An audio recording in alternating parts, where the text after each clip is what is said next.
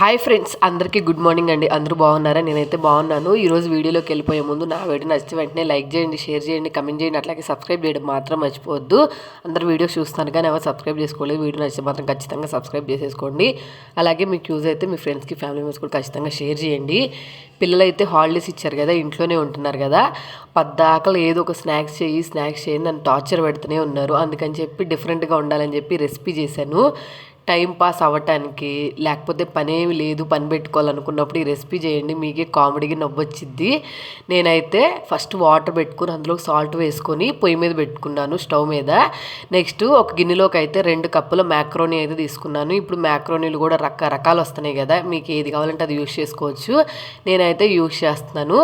Water heat అయిన తర్వాత మనం 2 కప్పులు తీసుకున్నాం కదా మ్యాక్రోనీ, అదైతే ఇట్లాగా వాటర్లో వేసేసుకొని ఇది నార్మల్గా ఒక 90% సాఫ్ట్గా అయ్యేంత వరకు అయితే కుక్ చేసుకోవాలి. మరీ ఓవర్గా కుక్ చేసాం అనుకోండి మొత్తం పేస్ట్ లాగా అయితే అయిపోతుంది.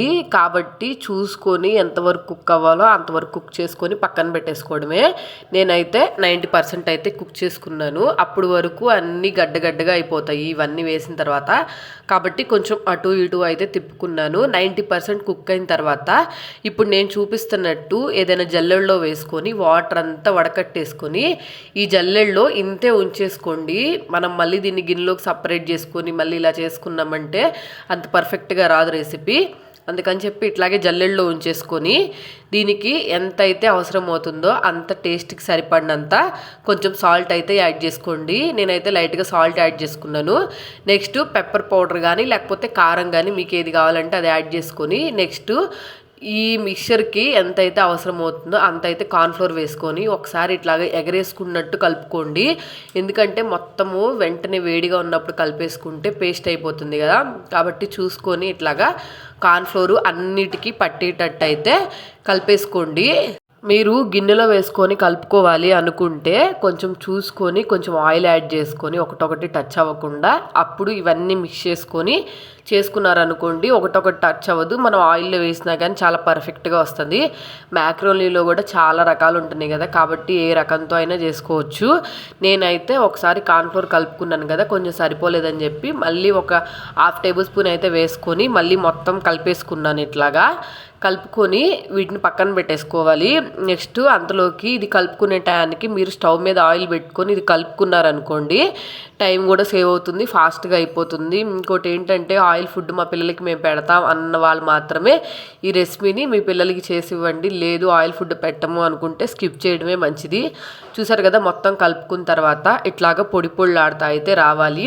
నేనైతే ముందే ఆయిల్ పెట్టేసుకొని హీట్ చేసుకొని ఉంచుకున్నాను. ఆయిల్ హీట్ అయిన తర్వాత అయితే మొత్తము ఒకదాని తర్వాత ఒకటి ఇట్లాగా ఫ్రైలో వేసేసుకున్నాను.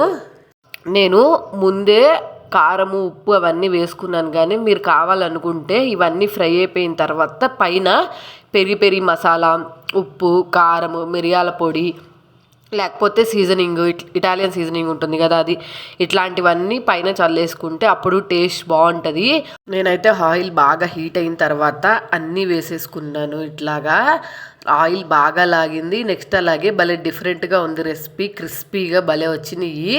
కాబట్టి ఆయిల్ లాగినా పర్లేదు మేము పెట్టే ఫుడ్లో పిల్లలకి అని అనుకుంటేనే ఈ రెసిపీ ట్రై చేయండి. వద్దు అనుకుంటే లేకపోతే స్కిప్ చేయండి. మీరు ఆయిల్ ఫ్రై చేసుకోకుండా లేకపోతే ఇది ఎయిర్ ఫ్రైయర్ ఉంటుంది కదా, ఎయిర్ ఫ్రైయర్లో అయినా కూడా చేసుకోవచ్చు.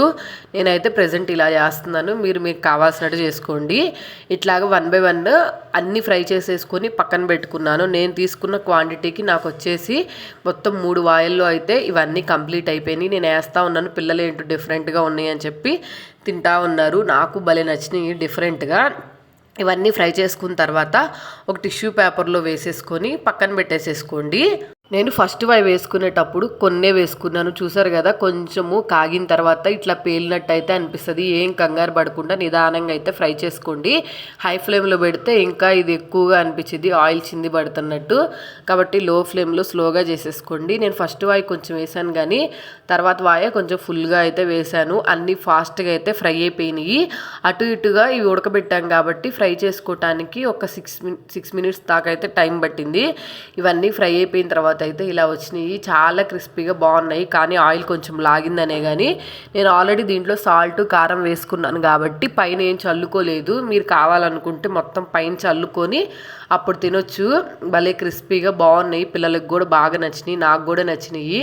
మీరు ఒకసారి ట్రై చేయండి. ఎలా వచ్చినాయి ఏంటి కింద కమెంట్ సెక్షన్లో కమెంట్ చేయండి. అలాగే నా వీడియో నచ్చితే మాత్రం వెంటనే లైక్ చేయండి, షేర్ చేయండి, కమెంట్ చేయండి. సబ్స్క్రైబ్ చేయడం మాత్రం మర్చిపోవద్దు. అందరు వీడియోస్ చూస్తారు కానీ ఎవరు సబ్స్క్రైబ్ చేసుకోవట్లేదు.